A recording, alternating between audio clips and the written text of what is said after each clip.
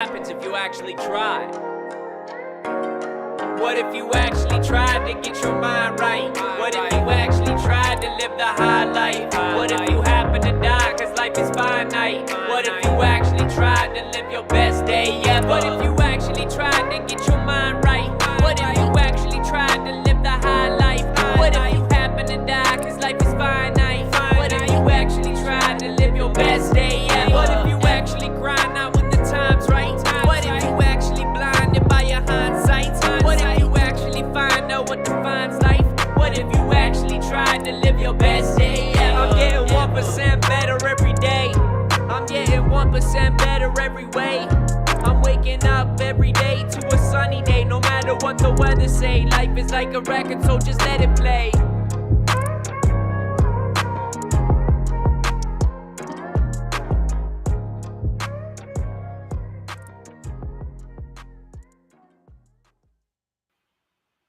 Hello, everyone, and welcome back to Best Day Ever Media. As always, I'm your host, Matt McKeever, joined by my co-host, Adam Martin. Hey, Adam, how are you doing?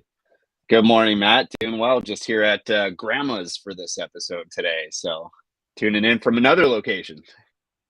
Nice. Well, glad that you're off the road and excited to jump into today's stories. We've got some of the usual suspects in regards to story updates, and then we'll be getting into a handful of different stories. And the last story we'll be exploring will be in relation to the last story we talked about yesterday as well, talking about the idea of the pandemic amnesty. So I think that's a really interesting conversation. I look forward to having that one and a bunch more with you guys.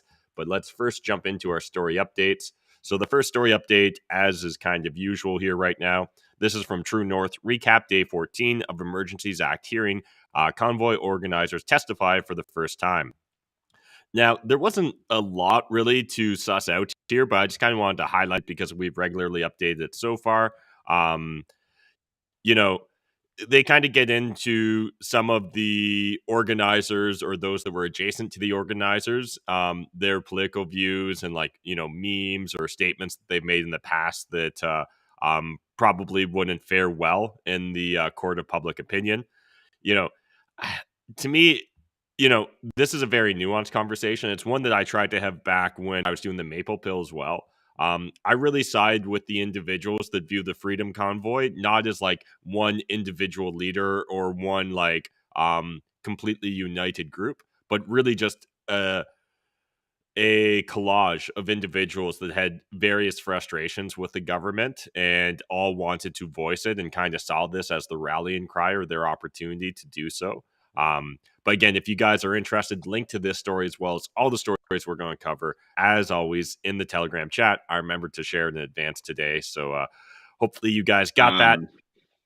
I was, obviously I'm at my grandparents' last night as well, Matt. That's where I was driving when we did yesterday's show. But I got here last night, and like one of their sort of rituals or routines is to watch the 11 p.m. news every night, right? And I believe last night it was CTV would have been the channel that we were on. And it was definitely interesting because I don't watch like the typical mainstream news and I don't have cable at home. So it was interesting to watch how CTV chose to portray this. Like yesterday on CTV, their whole messaging was about how these organizers kind of started something and then it very quickly got out of hand. And the way they were like doing their cuts and the way they were kind of framing these interviews was that the leadership very quickly lost control and then the group became radicalized, like the actual followers of the movement. And that was sort of the way that they positioned this story yesterday on the news.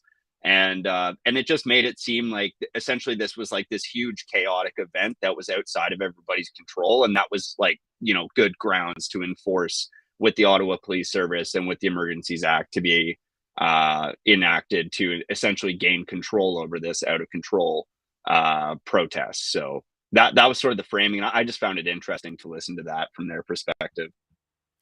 Yeah, it definitely is fascinating to see the different framings. Just yesterday, I was spending a chunk of time listening to Zexi Lee's testimony and trying to think of how I can say this politely. I find it very frustrating, her testimony and how rehearsed it appears to be, and the specific language she uses and the constant, what appears to be from my perspective, premeditated desire to frame it in the most negative light as possible. I completely disagree that the average person here was radicalized at all. Obviously, in the second half of the show, those of you that are subscribed to Substack will have already seen the email go out, but we're going to be covering what, in my opinion, are 10 of the most frustrating false narratives that have been built around the Freedom Trucker Convoy. And this is part of a larger project. So I also put out on our Rumble channel here. I haven't put it up on YouTube yet, but you guys can check it on Rumble. Kind of a 2.5-minute trailer for a video project I've been working on. It's still a work in progress, so I haven't done like the voiceover. Some of the transition edits still need to be spruced up, but I I think that your average Canadian is being done a massive disservice by the mainstream media, the corporate press, legacy media, whatever you want to call it. And I think it's important that we try and uphold like truth and transparency around this. As we discussed briefly yesterday, I really do have significant concerns that we're not going to see like justice served here in regards to these inquiries. I think that despite what feels like just a pile of evidence that was unjustified, whether you want to look at the fact that there appears to have been no real violence or physical threats or terroristic acts, right? From the convoy leaders, their followers, or just people that happen to be adjacent to downtown Ottawa during that period of time, or whether you want to look at the fact that we've already had like there were laws on the books where they could actually choose to enforce those laws if they decided that they really wanted to stop the protest. Now, again, I think that probably would have had like consequences, political consequences, because it would look bad. We're being able to try and frame it as like a once in a lifetime emergency that required actions from the government that had never been enacted before. That I think was the narrative that they originally wanted, and I think that's the narrative that they're pushing right now. But let's jump over to the second story update of the day. This is from Timcast. GOP now has a 50-50 chance to take Senate. Democrat support has declined as gas prices have begun to climb again. So a week out from the 2022 midterms, new polling data shows that Republicans have worked their way up to a 50-50 shot at winning the U.S. Senate. Now, I think people that have been paying attention to this for a while understand that it seems like the pollsters aren't very accurate these days, I guess, in the United States. Maybe that's being generous, or maybe it's just that mega Republicans tend to poll lower than the actual voting turnout. Who knows what the cause is here, but I'm seeing more and more talk now of a red wave or red tsunami, as some people will frame it as well. I think it'll be interesting to see how it plays out. I look forward to watching along with the Louder with Crowder crew when I think they're going to live stream it next week on Rumble, which again, I think is a huge vote of confidence in Rumble and a great thing for both Crowder as well as Rumble. But it'll be interesting to see how this plays out because I think there will be significant consequences. I almost guarantee, regardless of how this plays out, the other side's going to accuse the other side of like voting malfeasancy, of shenanigans around the elections. So again, I think if Democrats sweep, Republicans are going to call foul. I think if Republicans sweep, Democrats are going to call foul. And yeah, maybe this will just continue to erode the democracy that is America. Jumping over to the next story update. This is from Toronto Star. Ottawa reveals plan to welcome 500,000 immigrants per year by 2025. Now, this is obviously like a large number, right? I grew up in a rural area where the largest town was London, Ontario.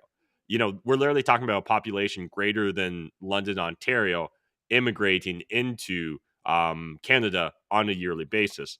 You know, right now it's been a while since I checked, but is it 35 or 38 million? Let's call it 40 million to be generous, Canadians. You know, understand that 500,000 people is going to represent more than 2% of the population every year that's coming in via immigration.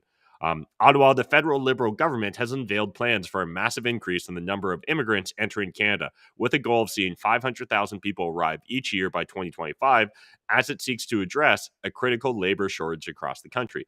And so this is a narrative that I hear regularly, but it kind of doesn't compute for me. Like, there's this narrative that we've got a labor crisis, right? We've got this narrative that we need to start paying or subsidizing foreign students because we need to attract more talent to Canada and all this. And yet we also see Canada with a record high usage of food banks.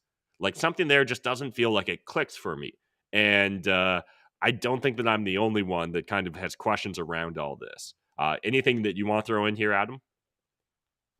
No, Matt, I think you covered it there because I do think there's a big conflict there, right, in the information that we're seeing. So, yeah, I agree with you. Like when we start seeing food, like a run on food banks, I think there's bigger discussions here to be had. And, like at the same time, too, they've constantly been complaining about a housing shortage in Canada.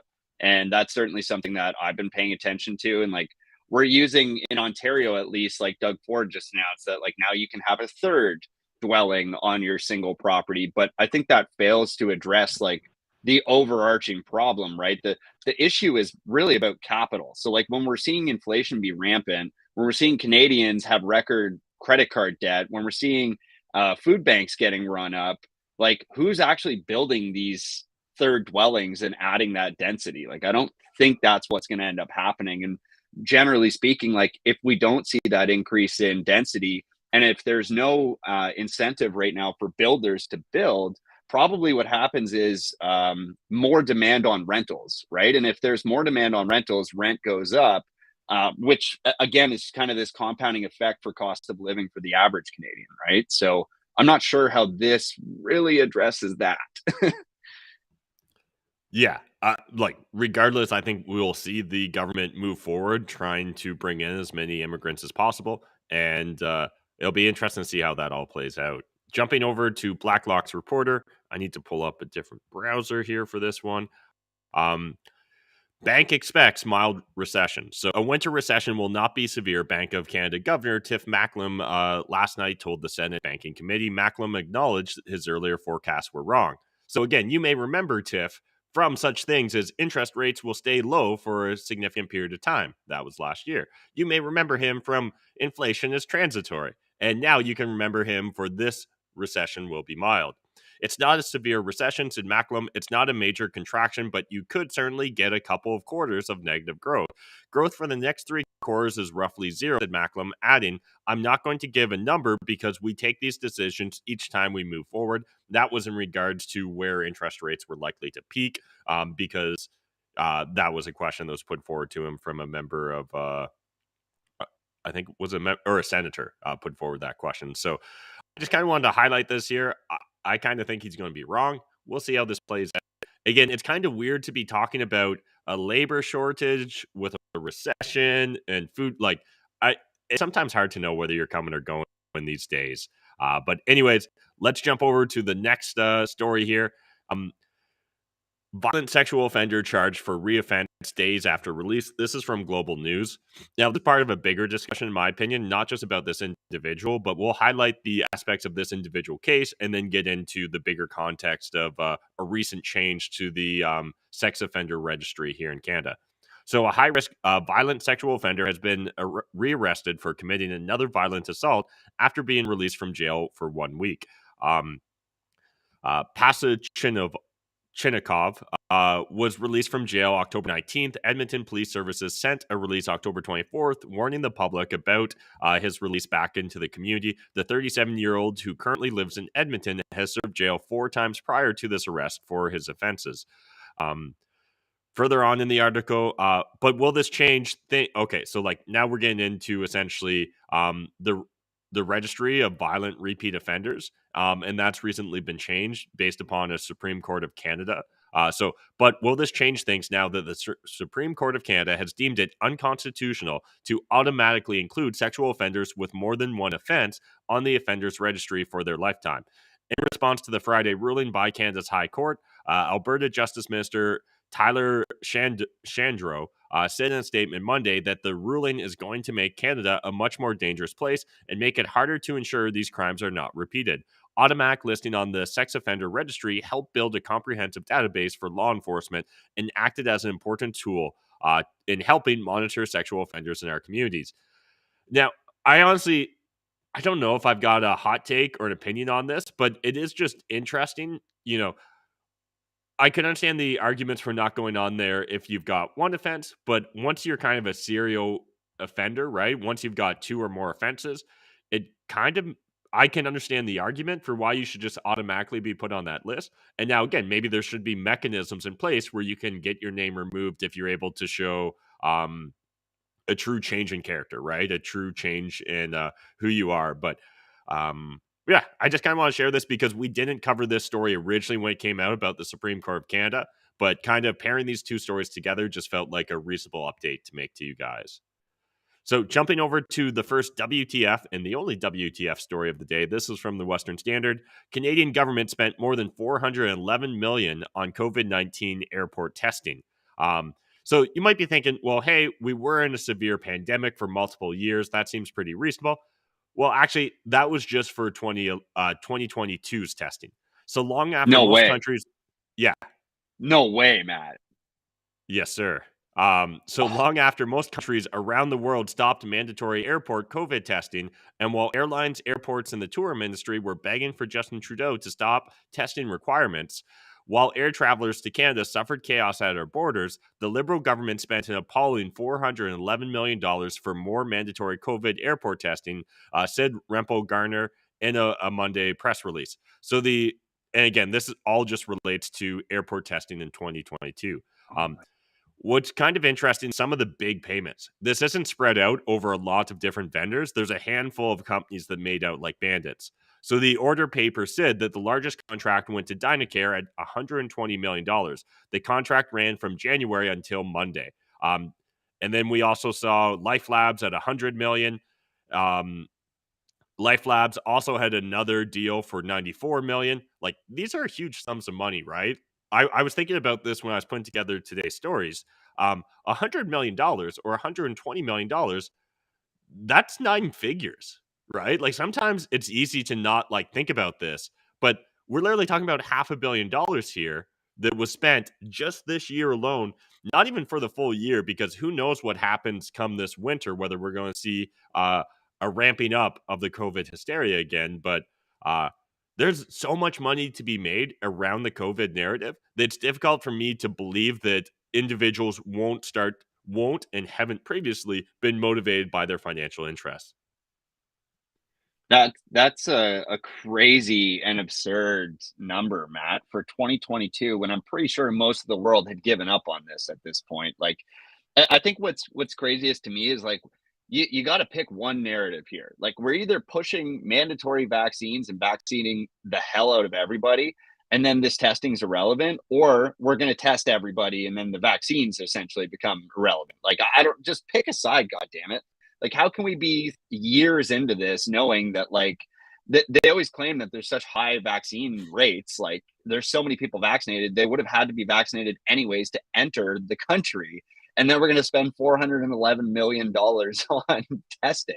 It's incredible. And then they've also shown too that like the cycles for testing are just popping off on false positives all the time. So you're just like, okay, I don't really get it. Like, why are we spending this money? Who's the stakeholders of these companies? Who stands to gain from this? Like, where is the value proposition for any average Canadian who's paying taxes to contribute to this $411 million?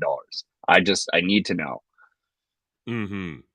Yeah, I don't disagree with that. Again, think about that on a per person basis, right? That's a lot of money. Particularly because I assume not every single Canadian traveled via airports this year. But anyways, we'll leave that for another day and another discussion. Let's jump into the first main story of the day. You guys may remember yesterday, I was talking about Blacklock's reporter. I'm a huge fanboy of theirs. I strongly encourage you guys to consider getting a subscription. It's pretty cheap in the big scheme of things. And I think that I can't think of a better independent journalist than Blacklock's reporter. So strongly encourage you guys check them out. But we've got this story here. We'll terminate Blacklocks. So the Parliamentary Press Gallery president, Guillaume St. Pierre, is threatening to terminate Blacklock's 10-year membership on complaints of disrespectful treatment of subsidized competitors. St. Pierre of the Journal de Montreal yesterday would not release a mediator's report in the case. And so there's a few things to parse out here, right? So Blacklocks has regularly beat the drum about all the subsidies that are going to all of their competitors, right? And it's actually pretty shocking. You know, like when you're thinking about media in Canada that's not either directly funded, owned, or subsidized by the Canadian government, you're essentially looking, to best of my knowledge, at Blacklock's, Western Standard, and Rebel News. Those are kind of the black sheep that aren't immediately on the government teat. Now, again, for all I know, they may have participated in some of the pandemic subsidies, but they weren't getting subsidies pre-pandemic from the government. And they also don't get government ad revenue the way a lot of the major media outlets in Canada receive them. But so getting a little bit deeper into the story, there's a few things I want to unpack here. But, there was threats of expulsion following a 2021 motion in which Blacklock sought full disclosure of subsidies paid to members, including the Journal de Montreal, which, again, reminder, that's the guy that's the president of the press gallery, right? And so Blacklock was like, we'd like to know how much the president of the press gallery's company is getting, or like the company he works for is getting paid from the Canadian government. And continuing on from this story here, full disclosure of subsidies paid to members, including the Journal de Montreal. Records show the gallery executive from last May 2nd began compiling vexatious grievances, including the complaint Blacklock's managing editor, Tom Korski, listened to English-only audio feeds from the House of Commons. Now, when you get into these actual claims, this just seems ridiculous, in my opinion. So here's some of the complaints, guys. Complaints included allegations Korski created a toxic environment in the National Press Building by using a speakerphone, leaving the House of Commons feed running all day. When the House was in session, referring to freelancer Bozzetti as that idiot, speaking to a competitor in vaguely threatening tone, and tearing a piece of paper in a theatrical gesture. He tore a piece of paper at him. How can we let these radicals and terrorists be part of our press gallery in Canada when they're tearing paper, and not just tearing paper, but in a theatrical gesture, propping open a newsroom door and posting a tweet critical of the Canadian Press Committee coverage? Like, Yeah, that's the type of behavior that just could not be excused, right, Matt? this is like Banana Republic shit. Like legit. Yeah, it's wild. Like when you're like, okay, like lay it on me, right? Toxic environment. Maybe there's legitimacy there, maybe there's not, but it's such a nefarious term, or such a nebulous term, I should say, that it's hard to know like what fits in it, right? Because like, are you talking about like, well, an example of that is he tore a piece of paper in a theatrical gesture. Okay, I don't actually consider that a toxic environment. And then continuing on in the article, threats of censure follow an April 7th, 2021 gallery meeting in which Blacklock sponsored a motion asking that the gallery members disclose all applications for grants, rebates, or subsidies to any branch of government of Canada, and that disclosure be published on a press gallery website. The motion was defeated by a vote of 18-1. Again, why should we know where our tax dollars go? I don't see any reason I should understand which media is receiving what sums of money from our government. That seems like something that smarter people than me should know about. Me, general public, absolutely, I don't deserve to know that. It's just my tax dollars that they're spending. Yeah. I always have serious questions, and it inspires always critical thinking when you hear that the people in power want to 100% censor or control the amount of information or what information is put out about them. That always inspires thought. Yeah, again, like this feels similar to the idea of like what they did to the Freedom Trucker Convoy protesters, right? Like just demonize the opposition, right? Tell people that they're the opposite of you, and then people know like, well, you're the mainstream media, so you have to be good. So I guess if they're the opposite of you, they must be bad. And then you'll just kind of swallow any lie wholesale. It blows my mind. And honestly, if Blacklock's reporter does get barred from the press gallery, the parliamentary press gallery, I should say, that's a bad thing for our democracy. That's a bad thing for free speech. That's a very bad thing for accountability. Because honestly, when you guys like, if you use Western Standard or Rebel News instead of Blacklock's, I think that you'll often look, some of the juiciest reporting they have will be citing Blacklock's actually. So again, it's important to understand that this isn't like, if you're like, well, I've never subscribed to Blacklock's, I don't really care about what happens to them. No, because like probably one of your favorite news journalists regularly refers to their reporting because they're one of the ones really dialed in to what's actually going on, right? Their whole thing has always been minding Ottawa's business. So like trying to hold Ottawa accountable. Yeah. All right. Oh, I think that anything is else there? necessary for a free society too, though, right? Like that's actually a core component to claiming that we are a free society with democratic uh, values, right? Like I think that that's you have to be able to call out that the emperor has no clothes if he doesn't, right? Uh, and it was very obvious to me too, like in the last couple of years, like when you were listening to pressers or watching pressers, where they're actively just like looking at someone like a Rebel News and being like, "No, you're not a real journalist," and they're like, "No, we definitely are. We just may have different views than you." And then just being shut out or not answered on certain interviews or being blocked from certain rooms, like it's just so clear that they're working together to shut down these types of voices slowly, and it is disturbing. Yeah, it's very clear that your average politician's perspective when it comes to who's a legitimate journalist is literally like, do they kiss my ass, right? Like, are they willing to work with me? And if they're not, then obviously they're bad people and they're not real journalists. I honestly think that that's the simplistic model that liberals, NDPs, and to a lesser extent the CPC here in Canada operate on when it comes to journalism and news reporting. Jumping over to Zero Hedge, EU warns Twitter not to restore free speech protections after calls from Clinton and other Democratic leaders. Now, I kind of want to use this just as a jumping off point here. This is from Zero Hedge. And again, reminder links to all the stories in the Telegram chat. But I don't know what to think when it comes to Twitter these days and Elon Musk. I'm hopeful, but at the same time, we are seeing tweets coming out from Elon that it's hard for me to know, is this him playing, yeah, again, like 4D chess, or is he actually just like got into power here and now finding out that like he has to comply to certain things? Things like him meeting immediately with the ADL to listen to their demands on the restrictions of free speech. That's concerning to me, right? We also saw, wasn't it just announced that I forget whether it was the Senate or the House in the States, but they want to spark an investigation into Saudi ownership of Twitter, right? But the Saudis actually owned Twitter before Elon took over. So it's interesting that when it was publicly traded, they had no issues with that, right? About a foreign government essentially owning a stake in one of the largest social media platforms in America in particular, but even the world.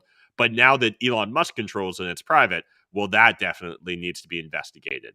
And part of this just makes me wonder, like, the same way that, who knows, maybe Obama actually was a good guy initially and ran on a platform of actually wanting to enact change, and maybe Donald Trump was also a good guy and originally ran on a platform of draining the swamp.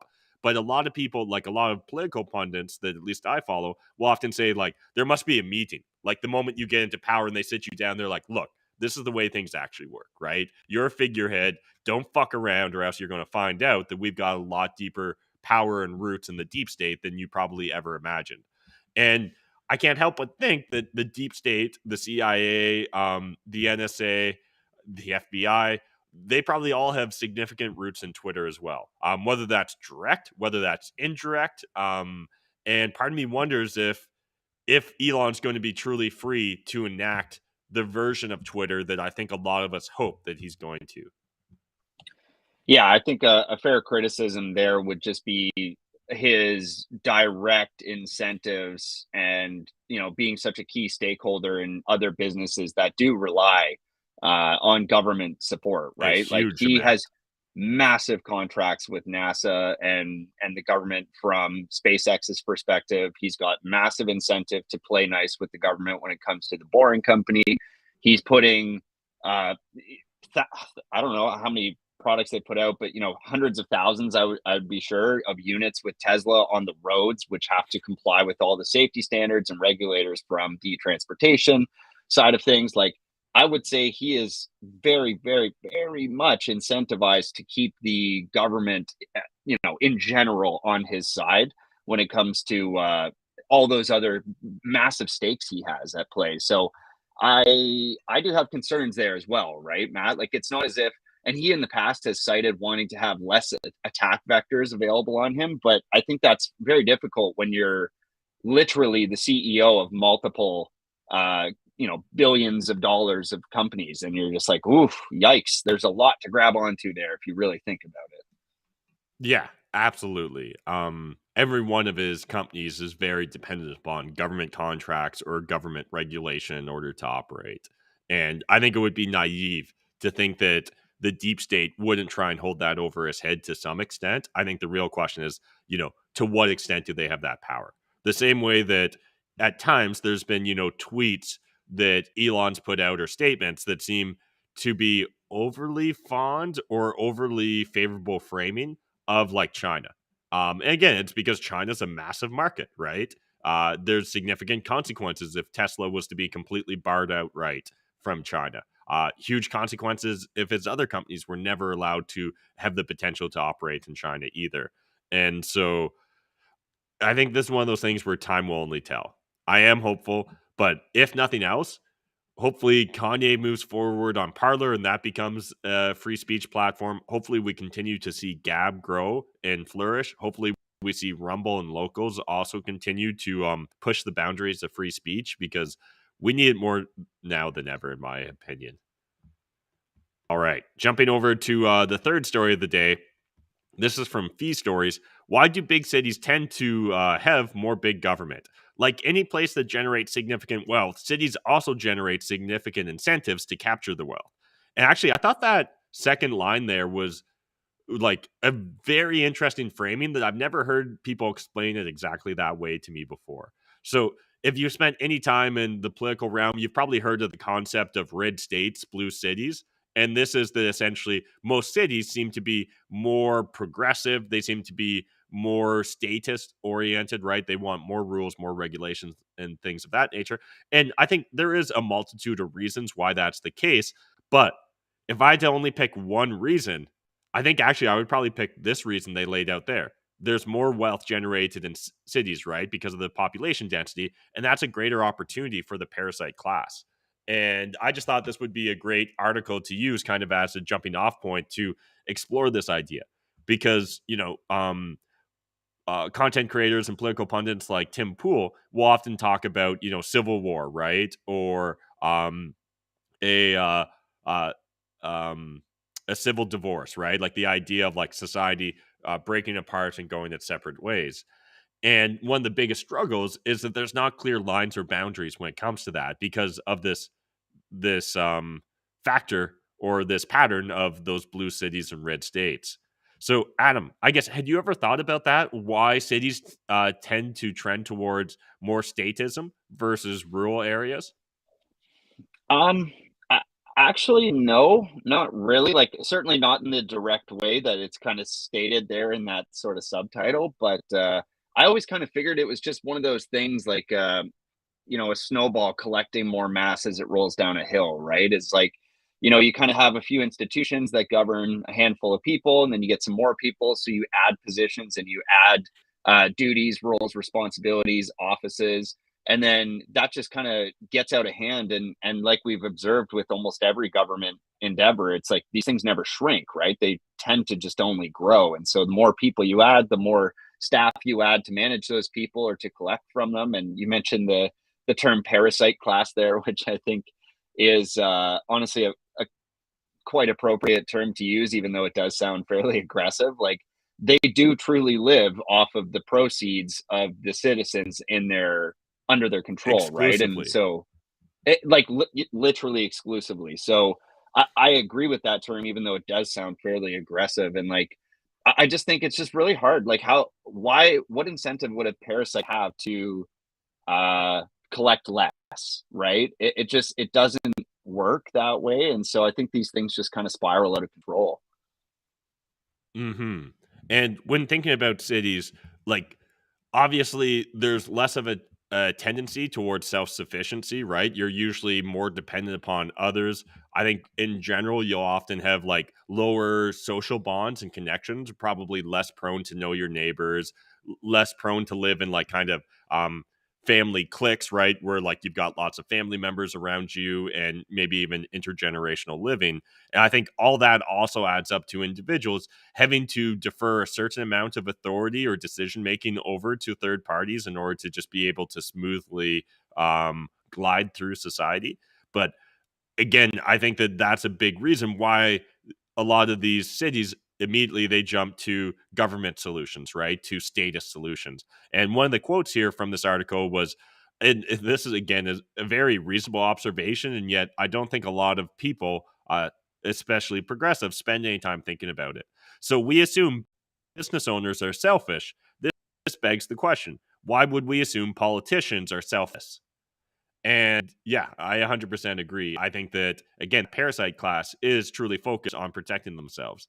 I honestly think that there's a reasonable argument to be made that one of the reasons Jagmeet Singh has created his alliance with Justin Trudeau is to protect his pension, is just to make sure he can glide through until he qualifies for a pension, and then he can kind of just like stage exit left when it comes to politics and probably get hired by a bunch of government contractors, right? And get big, juicy speaking fees and things of that nature.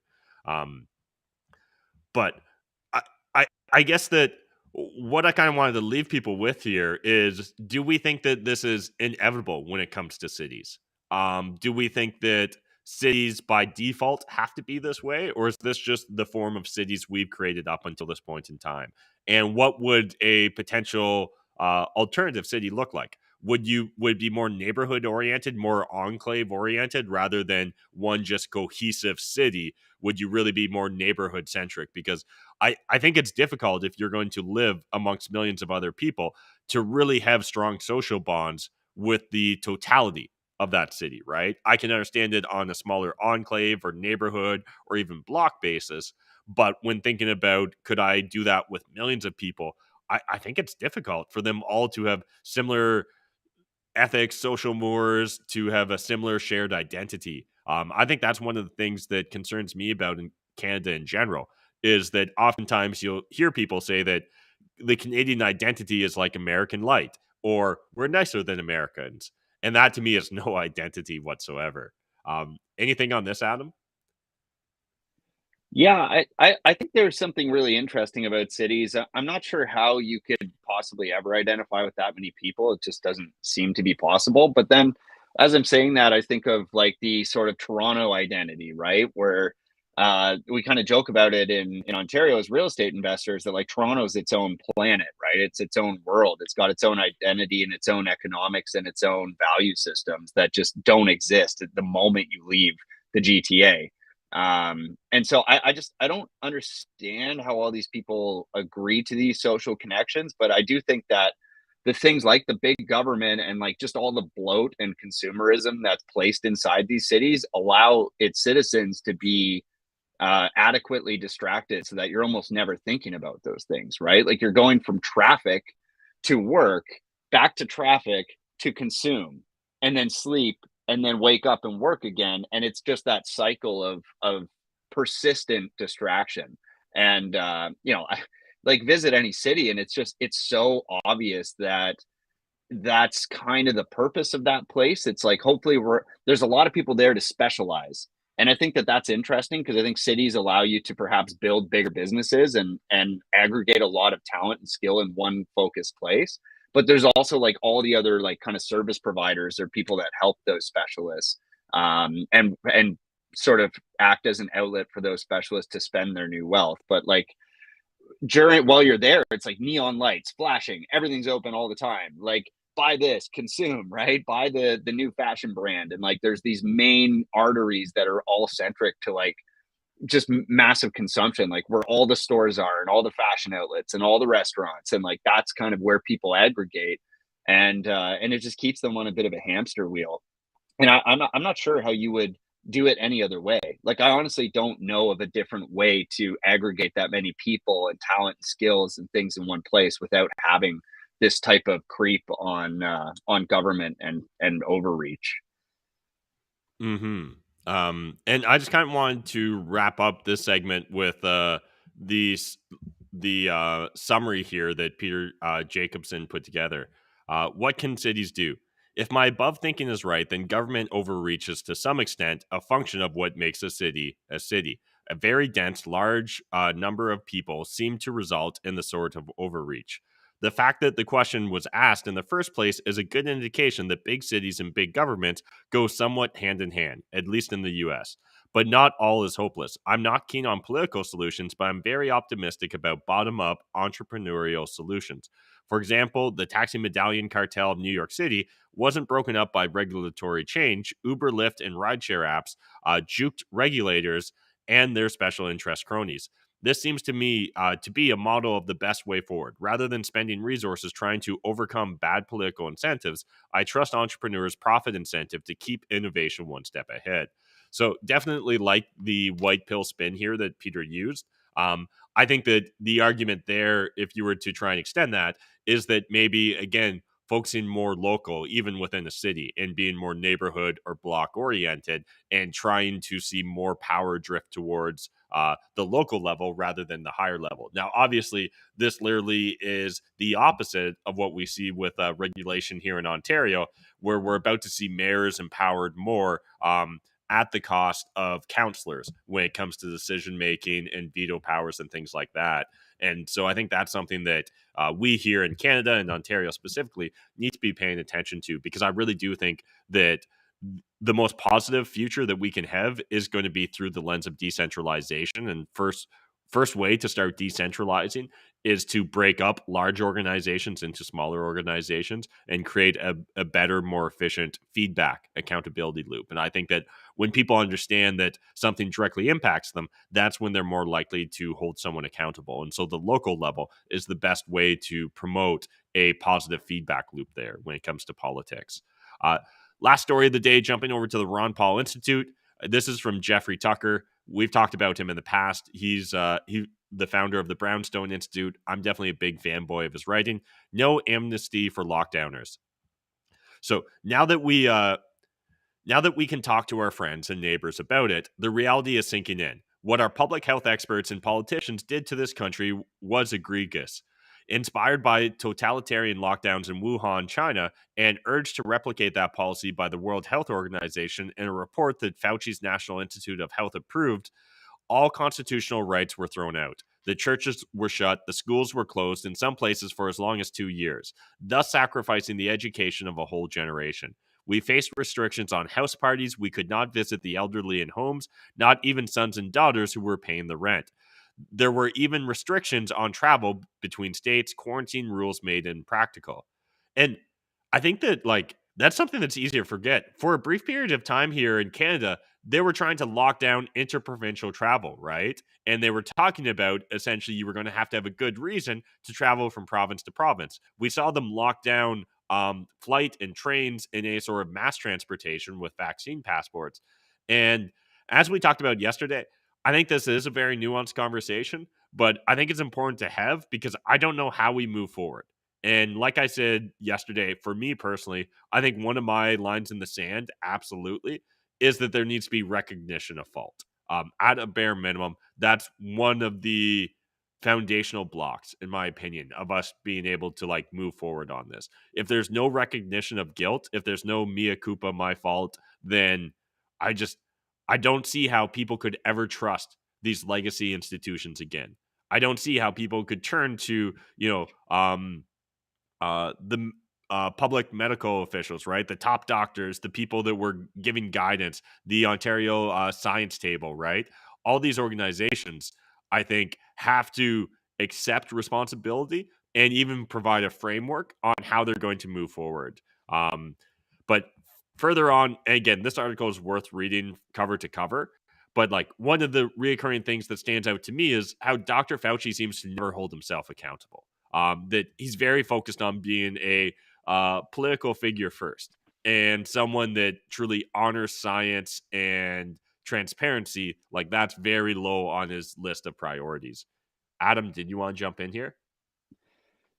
Yeah, I mean, I would like when he's saying he's making statements like to question Anthony Fauci is to question the science itself. You kind of get an idea where his head's at in terms of ethical boundaries, responsibility, and obligation to the truth, right? And he's got his own truth, and it's with a capital T and a trademark at the end of it. So I think that that's an issue. I can see, Matt, that just again, just literally one night of being here at my grandparents' place and having legacy media on the television at 11 p.m. I can tell by their tone, the framing, and the words they've selected that they've kind of decided they're going to run this football all the way to the end zone and see if they can't get some points, because they're not going to relent here. And the average person, the average person that's watching this news and tuning in every day is going to be 100% with them, I believe, right? To the end, because like that's the same messaging they've been hearing for years now. It's been programmed in, and I honestly don't believe that there will be any admission of guilt, any admission of wrongdoing, any admission of like, we could have done this better, even at the very least, would be like the minimum thing you would hope they would say. And I don't think it's coming. And I think that the message that's been pushed all along is we did the best we could. We were moving at the speed of science, and this was our only option available to us. And that seems to be like still the narrative that at least that's what I heard last night. Right. And I just think that, if you're someone like my grandparents who've been tuned in every single day to this messaging for years now, like that type of gaslighting is so powerful and so convincing. And like, if this is your actual source of news, like this is where you turn to every day for the last, not even 3 years, but for the last 30 years, 40 years, 50 years, like there's just a inherent want to trust these people. Right. And I think that's my biggest fear, is just like these institutions have so much trust built in with some of their consumers over decades that it's going to be very hard to sway people otherwise. And when they have the ability to just like cut clips and use specific language and reorganize people's statements to suit their own messaging, I think it makes it very difficult for truth and transparency to come through on these issues. So, yeah, I mean, I'm severely disappointed that somebody like Anthony Fauci could be allowed to be in the position of power and influence that he is and have zero accountability, is kind of the short story here. But I also think it will continue. And for as long as he has been as well, I think is another Yes. interesting observation. One thing that really stands out to me is how the US, I think outside of maybe New York and California, I think most of the US is trending towards a certain understanding that at a minimum, government probably misreacted or overreacted when it comes to COVID-19 and some of the policies they enacted. But while we see, and what originally sparked all this discussion, right, was the article in the Atlantic. The I think she's a journalist or whatever her title is, the lady that wrote the article. I've seen people kind of dunking on her on the Twitter timeline because they're reposting how, she was saying like, pregnant women need to go get vaxxed right away because like they're under-vaxxed and like you'll protect your baby and stuff. And people are like, well, are you going to apologize for this peer pressuring of like telling pregnant women to go get the shot? Because it seems like maybe that probably wasn't in their best interest at that moment in time. But I personally don't think, like, to me, the Atlantic is a mainstream media news outlet, right, in the States. I I think the narrative is so different here in Canada. I think our media is so much more controlled that I'd be shocked to see a mainstream media outlet talking about Amnesty right now in regards to the pandemic response. I think that would be so, like, maybe the Rebel, maybe Western Standard, Blacklock's reporter wouldn't do that sort of opinion piece, but I don't think that you would see it anywhere, right? Outside of maybe a couple of those things or internet pundits, right? People with YouTube channels or Rumble channels. And that to me is just fascinating how much slower to adopt to this new reality that almost feels inevitable at this point in time. I just like barring a release of a new super COVID, which, hey, we've seen the University of Boston as well as a university in London, England. They're working hard on making a more viral and dangerous version of it. So, I love I'm I sure. love too that they were like, no, this is absolutely not gain of function research. And we're like, well, hold on. How do you define gain of function research? And how does this not qualify as that definition? They're like, oh no, there's literally nothing to see here. We're just trying to see if we can make it more lethal and dangerous and viral. And you're like, well, no, but that's gain of function. They're like, no, we redefined that shit. It's not even for us. You're like, what? Mhm. What are you talking Uh, about? so as we wrap up this story, I'm just going to leave you guys with Tucker's final thoughts here. Why did this happen? I have my own theories, but they are only that. My suspicion is that one, Fauci and his gang believed that they were culpable for the pandemic due to the NIH's funding of the Wuhan lab, and so pushed lockdowns in the hope of stopping the spread or just causing a chaotic diversion of attention. And two, getting Trump to wreck the economy would be the surest path to unseating him in the November election. On the second point, it so happened that the manufactured disease panic permissioned changes in absentee voting rules that ultimately led to Trump's demise. Now, you could call this a conspiracy theory. I sincerely hope it is not true because it would be a scandal for the ages. And perhaps I'm wrong here, and there is some other reason for the egregious actions that wrecked millions of businesses and lives. I would like to know what it is. But as for Emily Oster's excuse that we just didn't know, that we believed that the virus was worse than it was, that masks would stop the spread, and so on, that claim is utterly baseless. So to her, demand for amnesty for the lockdowners falls flat. We knew, we knew, we knew for sure, based on existing data, that the nature of the threat was, and we knew for sure, based on historical experience and common sense, the deep damage that would be caused by lockdowns. The plea of ignorance here simply doesn't hold up to any evidentiary standard. I think that that's an important point to have there as well. And I know that, again, I was watching Tim Pool last night, and one of the really interesting things they brought up is if Trump runs again in 2024 for president of the United States, will we see like a 180 in the entire narrative? And this to me was a fascinating thought experiment. I'm not saying that this is what happens, but think about this, Adam. What if they end up reframing everything as Trump was the lockdowner? He's the one that pushed the vaccines, that, you know, he pressured the pharmaceutical companies to release a product that wasn't ready to be released, and they end up like trying to foot him with all the blame because of Project Warp Speed and other things like that. And I'm not saying that that happens. If that does happen, that'll be a mind fuck for me. Like, it'll just be like, how could people like rewrite history so quickly and so fast? But it's not beyond the pale of possibility, in my opinion. Well, no, I could definitely see that being possible, but it almost sounds like, you start a fight and then you call the police because you've been in a fight and you try and blame the other guy and then both of you end up getting arrested. Like, ideally, that's how that would play out if they try and do that. But I also don't like, for as much as I would really love to see Joe Biden out of office because he's honestly just like a corpse and it's kind of freaky. Um, I don't think Trump's without guilt, right? Because like you just brought up Operation Warp Speed, where Trump literally was the one who like locked America down, right? It's not as if he's guilt free in this situation.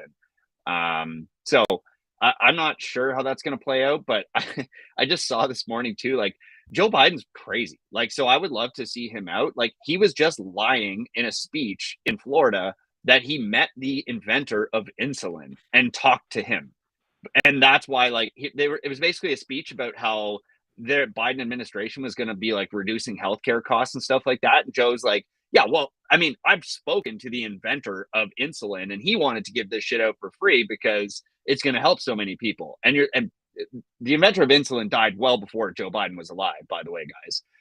And so it's just like to constantly hear just like crazy shit coming out of his mouth. I can believe that they would just spin this, and Joe, he might not even know that like he was a part of it. Like, he actually might just believe whatever they tell him at this point. So I could see it happening, Matt.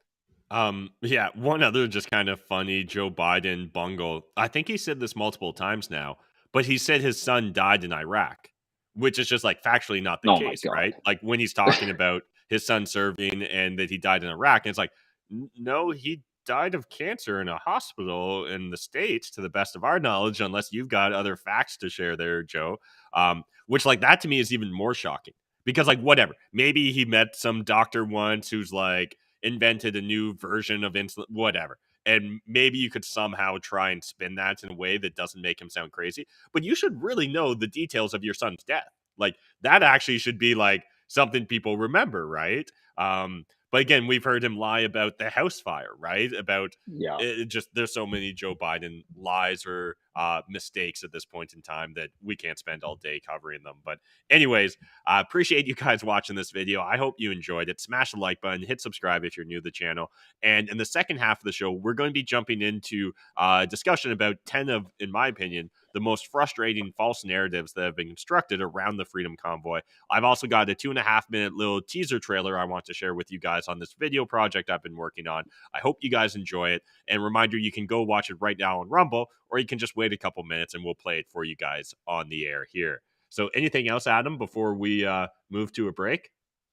No, I think that's great, guys. I just wanted to mention, though, tomorrow, too, we're going to be covering some of my favorite Prohibition cocktails. So that's going to be tomorrow's episode. So if you're just tuning in and you're like, okay, all this politics stuff is getting crazy for me. Well, Thursdays, we have some brevity, and Thursdays, we have a little bit of lighthearted discussion. So tomorrow, we're going to be talking about Prohibition cocktails and their history to keep you guys excited and happy. So I'm excited for that show. But yeah, Matt, let's take a break here and come back with some of the Freedom Convoy craziness. All right. Thanks, guys.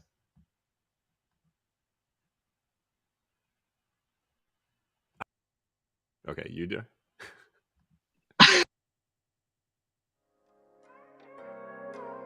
They say life is what you make it.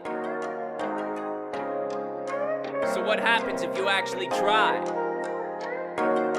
What if you actually tried to get your mind right? What if you actually tried to live the high life? What if you happen to die cause life is finite? What if you actually tried to live your best day ever? What if you actually tried to get your mind right? What if you actually tried to live the high life? What if you happen to die cause life is finite? What if you actually tried to live your best day ever? What if you actually grind out when the time's right? What if you actually blinded by your hindsight? What if you actually find out what defines life? What if you actually tried to live your best day ever? I'm getting 1% better every day. I'm getting 1% better every way. I'm waking up every day to a sunny day, no matter what the weather say. Life is like a record, so just let it play. Educate, motivate, entertain and demonstrate. Health, wealth, relationships and legacy we elevate. Every day is what you make it, so don't take it and waste it. Never too late to save it. Remember, roses grow from pavement. Let me break this down in layman's. Just wanna live outrageous, build my way to greatness. Gotta speak my truth and face it. Hear the basis lies, gotta challenge it and break it. Take a shot of truth, chase it with some motivation. The best day ever, the best day ever. We gon' squad up, have the best day together. Best day ever, best day ever. We gon' squad up, go harder than any weather. What if you actually tried to get your mind right? What if you actually tried to live the high life? What if you happen to die cause life is finite? What if you actually tried to live your best day ever? What if you actually tried to get your mind right? What if you actually tried to live the high life? What if you happen to die cause life is finite? What if you actually tried to live your best day ever? What if you actually grind out when the time's right? What if you actually blinded by your hindsight? What if you actually find out what defines life? What if you actually tried to live your best day ever? I'm getting 1% better every day. I'm getting 1% better every way. I'm waking up every day to a sunny day, no matter what the weather say. Life is like a record, so just let it play.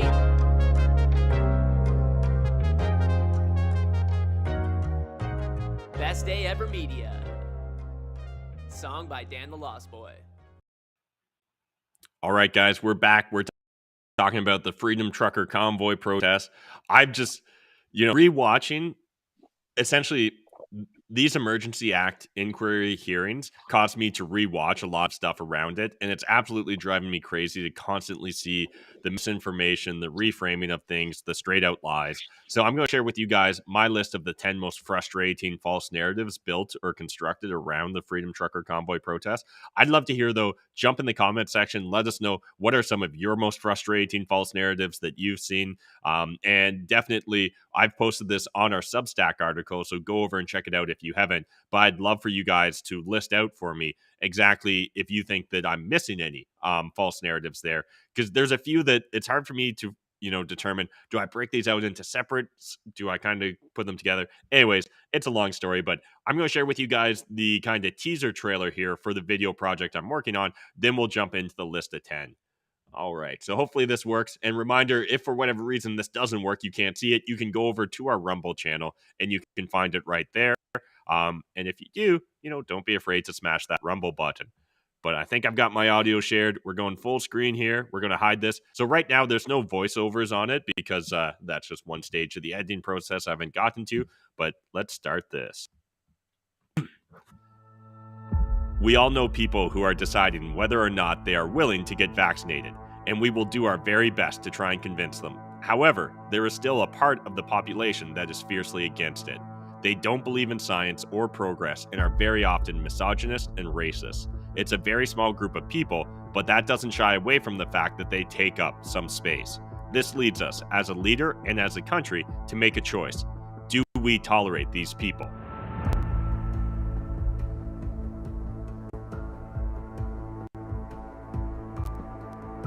If you don't want to get vaccinated, that's your choice. But don't think you can get on a plane or a train besides vaccinated people and put them at risk.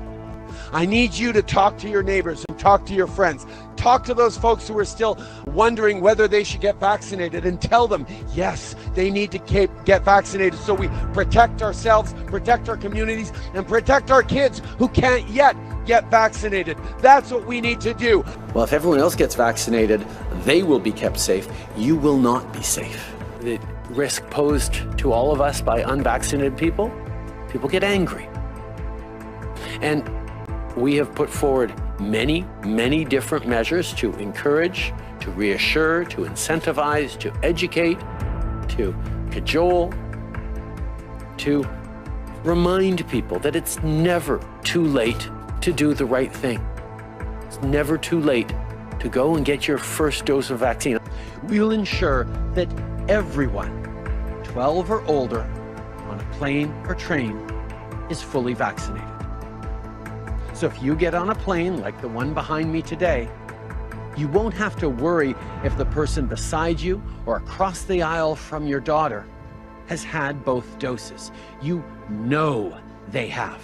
That we will even pay for the rollout of vaccine certifications in provinces for non-essential businesses with a clear mandate. That we will ensure that people getting on trains, that federal public servants need to be vaccinated as well. Over the past few days, Canadians were shocked and frankly disgusted by the behavior displayed by some people protesting in our nation's capital. I want to be very clear. We are not intimidated.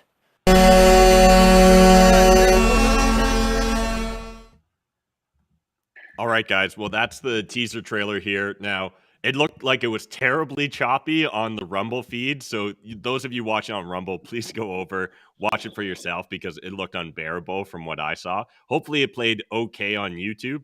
Did you get it okay on your end, Adam? Actually, it was quite choppy from my side too. But we get the point, Matt. The audio was not. Was not choppy, or? Yeah, the audio came through very clear. Gotcha. Okay. Well, glad that at least the audio came through. I'm really excited by this project. I'm hoping to have it done come hopefully before this weekend, but it'll probably be this weekend before I actually get it done. But anyways, let's jump into the list of the 10 false narratives that I'm going to debunk in this video essay or documentary, whatever you want to call it. So 10 false narratives about the Freedom Convoy. So as far as I'm concerned, I think these are the 10 most egregious lies that were spread about the Freedom Trucker Convoy from either mainstream politicians or the legacy corporate press, and oftentimes it was both of them. So the first one, it was a fringe minority.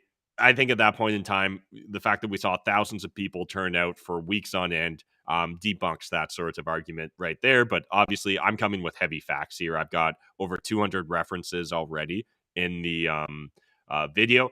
The Russian Putin involvement.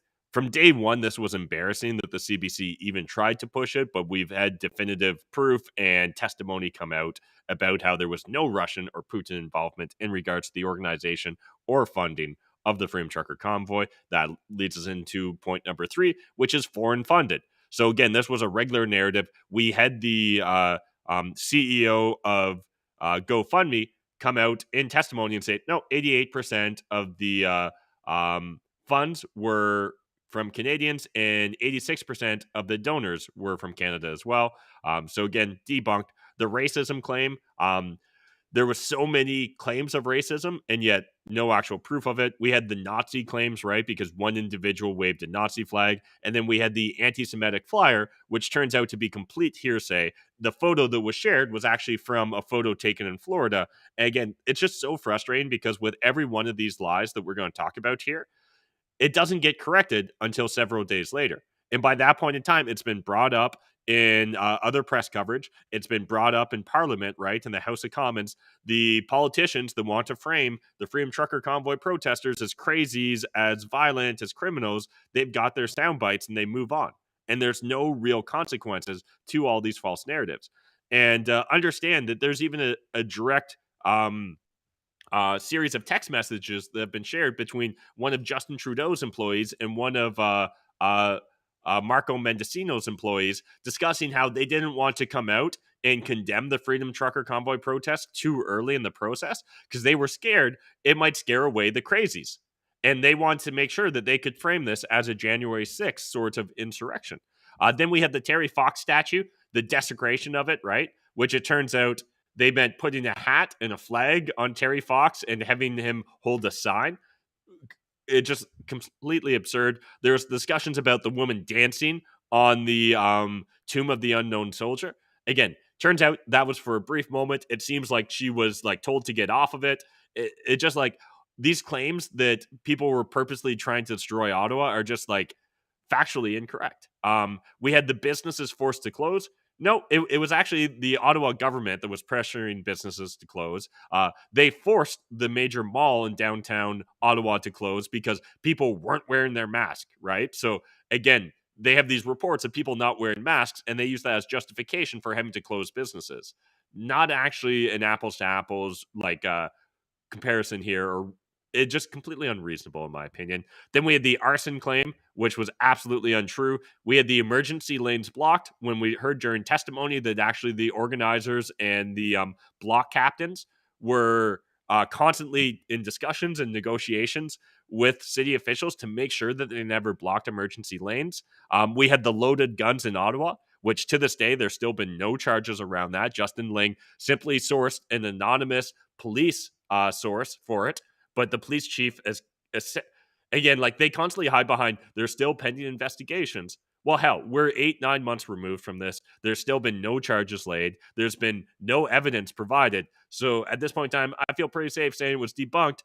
And then finally, we've got like the violent and criminal acts, despite the fact that we actually saw crimes decrease when the Freedom Trucker Convoy protesters were in downtown Ottawa versus the prior periods of time. It's so wild, right? And we've discussed previously here on the show how they tried to redefine the term violence, right? Well, I don't mean the criminal definition of violence. I simply mean, the atmosphere of violence. I just realized I wasn't sharing my screen, guys. But anyways, I read it off for you. But you can go check it out on our Substack as well. So I encourage you guys, go over there, check it out. But just wanted to kind of share this with you guys because my attention this week have been divided. So BDE is not getting 100% of my attention or efforts, but I think it's for good reason because I really want to put together this video because I think there's a lot of individuals that know that there was some fishiness around the stuff that mainstream media was pushing in regards to the Freedom Trucker Convoy protests. But hey, you maybe don't have the time to go research and come with receipts on all these different issues. So I'm trying to compile it in one handy resource. I'm going to try my absolute best to keep the video at under an hour long. So again, I'm hoping that it's relatively digestible, right? If the CBC can make a 45-minute documentary on crosswords and trying to make them more inclusive, I'm hoping a 60-minute documentary on the 10 lies spread by mainstream media will also be at least as entertaining as the crossword documentary. So that's kind of my thoughts there, guys. Anything here, Adam, before we wrap up? Yeah, I mean, just some of the things you're citing, right, would be so easy for the mainstream media to grab onto. Like if there was loaded firearms or something like that found at these protests, like the legacy media would have run with that so hard and so fast and with such great veracity, it wouldn't even be funny. because it would just perfectly suit their messaging, And right? So the Trudeau government would have leaked that shit for sure. yeah, I have zero doubts that 100, photos wouldn't have leaked, right? Like, think about the moment police 100%. sees any sort of guns or drugs, there's the photo Instant. op, right?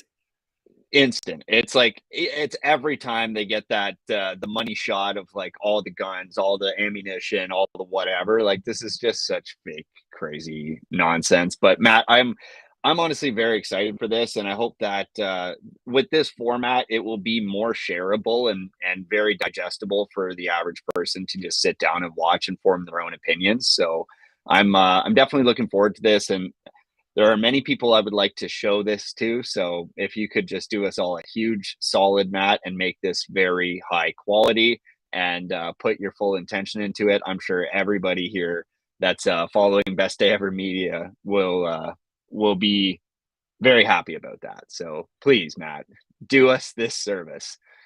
Yeah, I'm looking forward to cranking this out. So that's everything I've got for this Wednesday, kind of second half of the episode, guys. We'll get back to a more regular schedule next week for sure.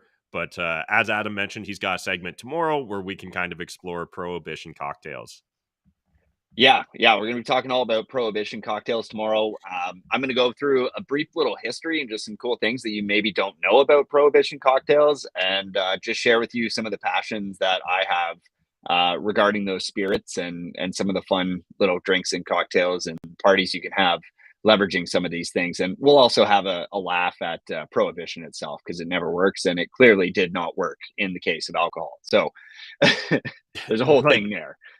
Tangential, but Seagram's, which at one point in time became the largest alcohol company in the world, like there's some really interesting shit and shady shit that they did as a family, and like it's really when you get into that the Nexum cult, right, and their two daughters that were funding it, man. Those of you that want to go down rabbit hole, episode number 3 of the Martyr Made podcast on Jeffrey Epstein just explores it lightly, and I was just like, I kind of want to hear an entire show now just about the Seagram's cartel, because it seems like they really rose to prominence with alcohol during Prohibition. And I think it was something absurd he referenced. Like at one point in time, it was suspected that maybe 75% of the illegal alcohol in the States was coming from Seagram's.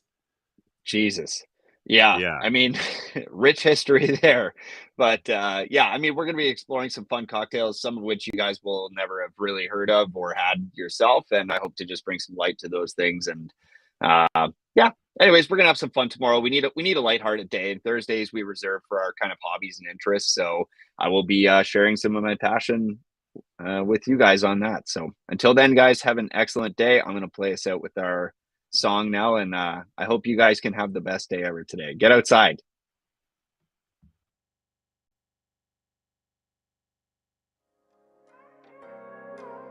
They say life is what you make it. So what happens if you actually try? What if you actually tried to get your mind right? What if you actually tried to live the high life? What if you happen to die, cause life is finite? What if you actually tried to live your best day ever? What if you actually tried to get your mind right?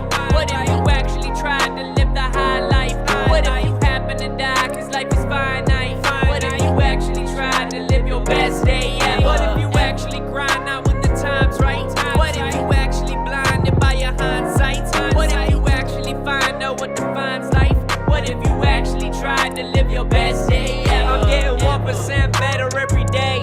I'm getting 1% better every way. I'm waking up every day to a sunny day. No matter what the weather say, life is like a record, so just let it play.